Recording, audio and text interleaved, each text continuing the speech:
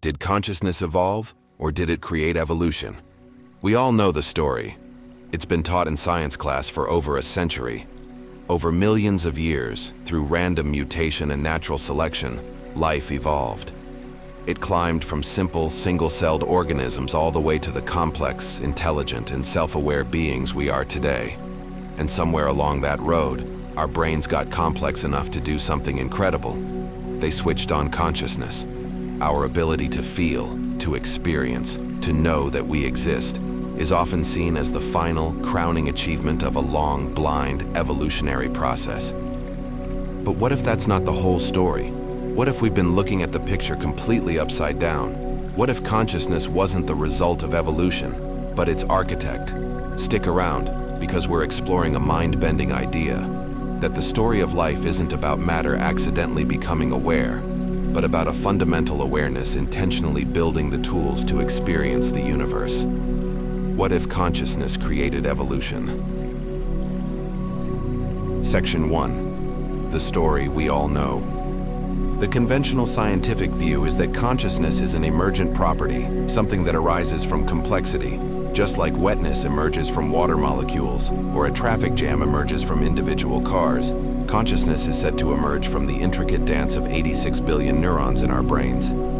Within this mainstream view, theories suggest consciousness gave our ancestors a major survival advantage. It allowed them to move beyond pure instinct to plan, innovate, and understand the minds of others in their social circles. Some theories even propose that our conscious experience is like a simplified user interface for the brain, a set of handy icons on a desktop that hides the messy code running underneath. In this model, consciousness is a useful, even essential adaptation, but it's still just a product. It's something the brain does, a feature added late in production because it helped the machine survive.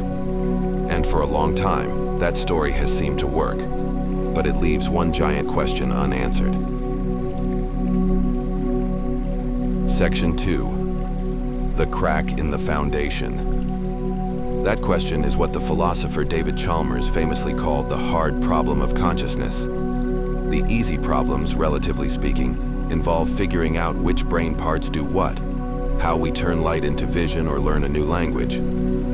Those are questions of function, and science is making incredible progress on them. But the hard problem is different.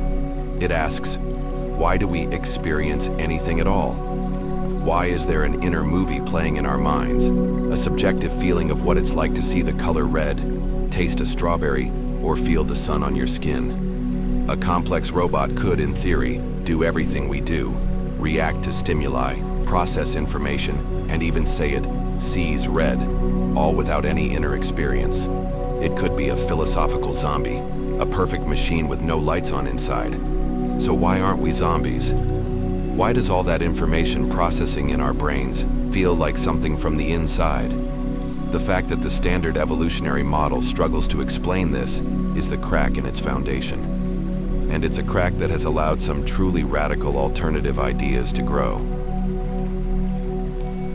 Section 3. A universe that feels. The most ancient of these alternatives is a philosophical theory called panpsychism. It starts with a simple, yet profound idea. What if consciousness isn't special to brains? What if it's a fundamental feature of reality, just like mass or spin? Panpsychism proposes that all matter has some basic form of experience. This doesn't mean your socks are pondering the meaning of life. Rather, it suggests the universe's basic building blocks have a primitive, proto-conscious nature. While this is a philosophical position, not a mainstream scientific one, its implications are huge. If it's true, evolution wasn't about creating consciousness from unthinking matter. It was a process of organizing and amplifying a consciousness that was already there. Think of it this way. You can't build a house out of liquid. You need solid bricks. Panpsychism argues you can't build a conscious brain from non-conscious particles. The ingredients must have a trace of what you're trying to build. From this view, the evolutionary journey wasn't about matter waking up, but about a consciousness woven into the cosmos, learning to build more complex vessels for richer experiences. Section 4. The observer at the center. Now let's turn to a field where things get even stranger: quantum mechanics. It's really important to state up front that these ideas are highly speculative and controversial. The vast majority of physicists do not support a link between consciousness and quantum mechanics.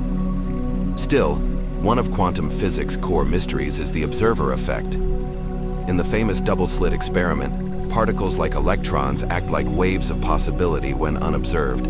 But the moment you measure them, their wave-like behavior collapses and they snap to a single position. The act of measurement seems to play a role in shaping reality. This has led a few thinkers, like Sir Roger Penrose, to propose that consciousness isn't a product of classical brain computation, but is tied to these quantum processes. His theory, known as orchestrated objective reduction, ORC-OR, suggests quantum computations inside the microtubules of our neurons give rise to conscious moments. While fascinating, this remains a fringe theory, and introducing quantum mechanics doesn't inherently solve the hard problem. But it does open a provocative question. If awareness is somehow linked to the fabric of reality, could it have influenced the probabilistic nature of evolution over billions of years? Section 5. Information that experiences itself. Trying to bridge philosophy and science is a more recent framework, Integrated Information Theory, or IIT. Developed by neuroscientist Giulio Tononi, IIT proposes that consciousness is identical to a system's capacity to integrate information, a value given the mathematical term phi. The more interconnected a system's parts are, the higher its phi, and the more conscious it is. The implications are stunning. First, IIT suggests consciousness is a matter of degree. A human brain has incredibly high phi. A mouse has less. A simple photodiode might have a tiny but non-zero amount. This leads to a kind of scientifically framed panpsychism, where consciousness exists wherever information is integrated. Second, IIT directly tackles the hard problem by stating that this specific type of complex information is experience. It's not a byproduct, it's the thing itself.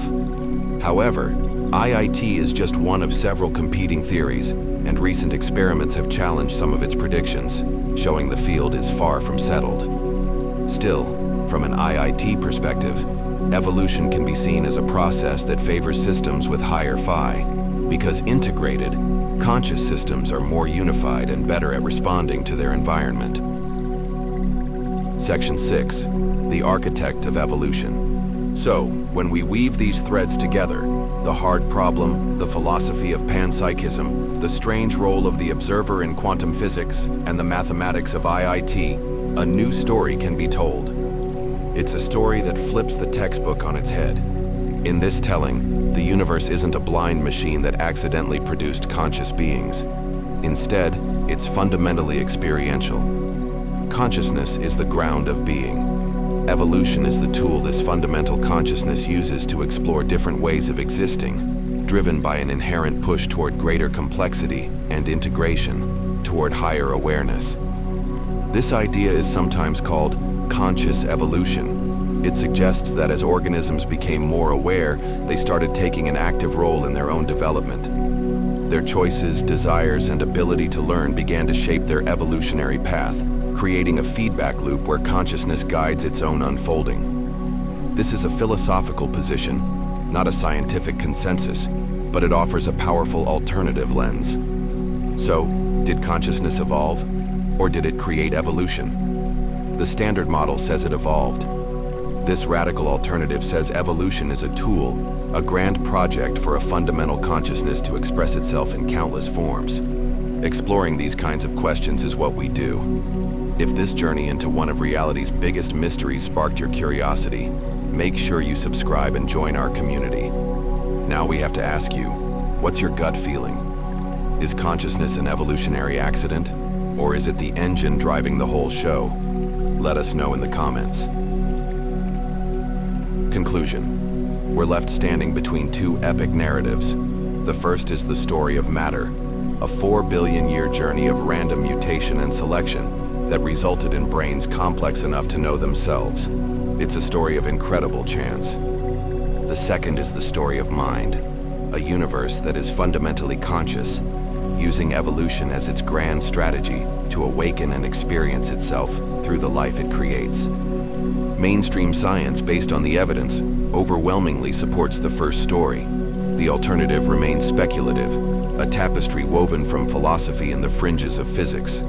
There is no single experiment that can settle it, but the question forces us to confront the limits of what we know. Are we just the universe's lucky children, the improbable winners of a cosmic lottery?